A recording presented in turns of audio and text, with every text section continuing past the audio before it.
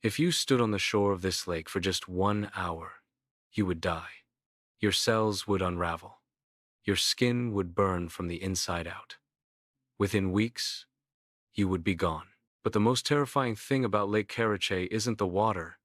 It isn't the radiation that kills you in 60 minutes. The most terrifying thing is the silence. For 40 years, people in this region were dying. Their hair fell out, their immune systems collapsed. Babies were born with tragic defects. And when they went to the doctor, they were told everything was fine. They were told they had a nervous disorder. They weren't allowed to know they were being murdered. This is not just the story of the most polluted place on Earth. This is the story of a government that chose to poison its own people to build a bomb, and then erase their deaths from history. Welcome to the city that did not exist. Welcome to the story of the special disease. The Soviet Union is desperate. They need an atomic bomb to match the Americans. They choose a remote spot in the Ural Mountains to build the Mayak Production Association.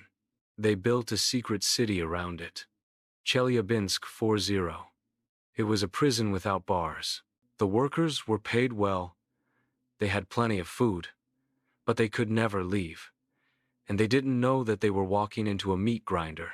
In the early days, safety wasn't just ignored, it was non-existent. Workers handled plutonium with cotton gloves.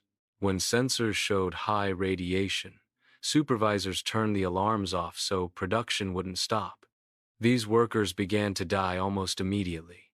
But the Soviet machine couldn't admit weakness.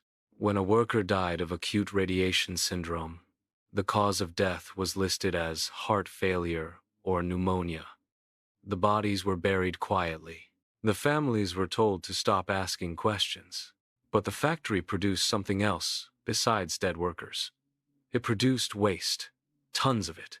Before they found the lake, they used the river. Between 1949 and 1956, the Mayak facility dumped 76 million cubic meters of liquid nuclear waste directly into the Teka River.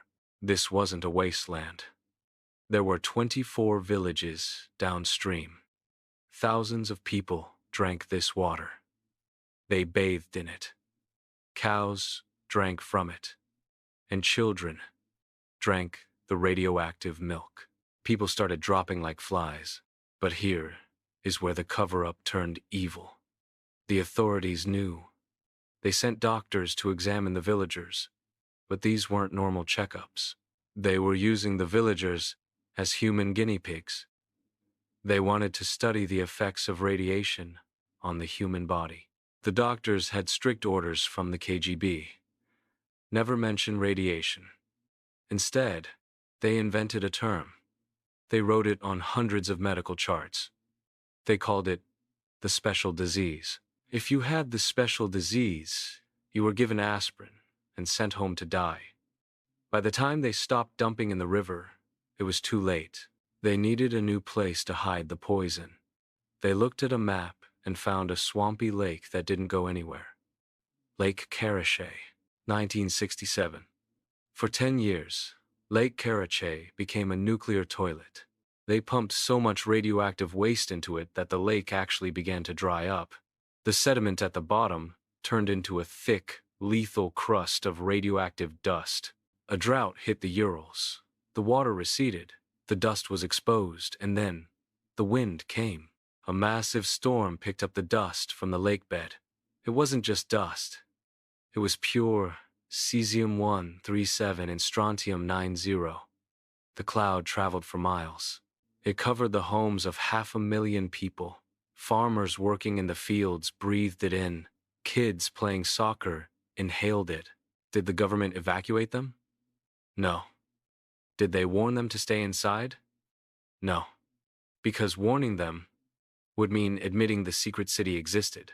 In the years following 1967, the cancer rate in the region skyrocketed.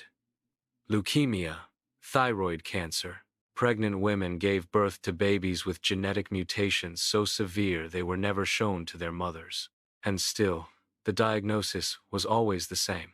Special disease. Vegetative dystonia. Lies.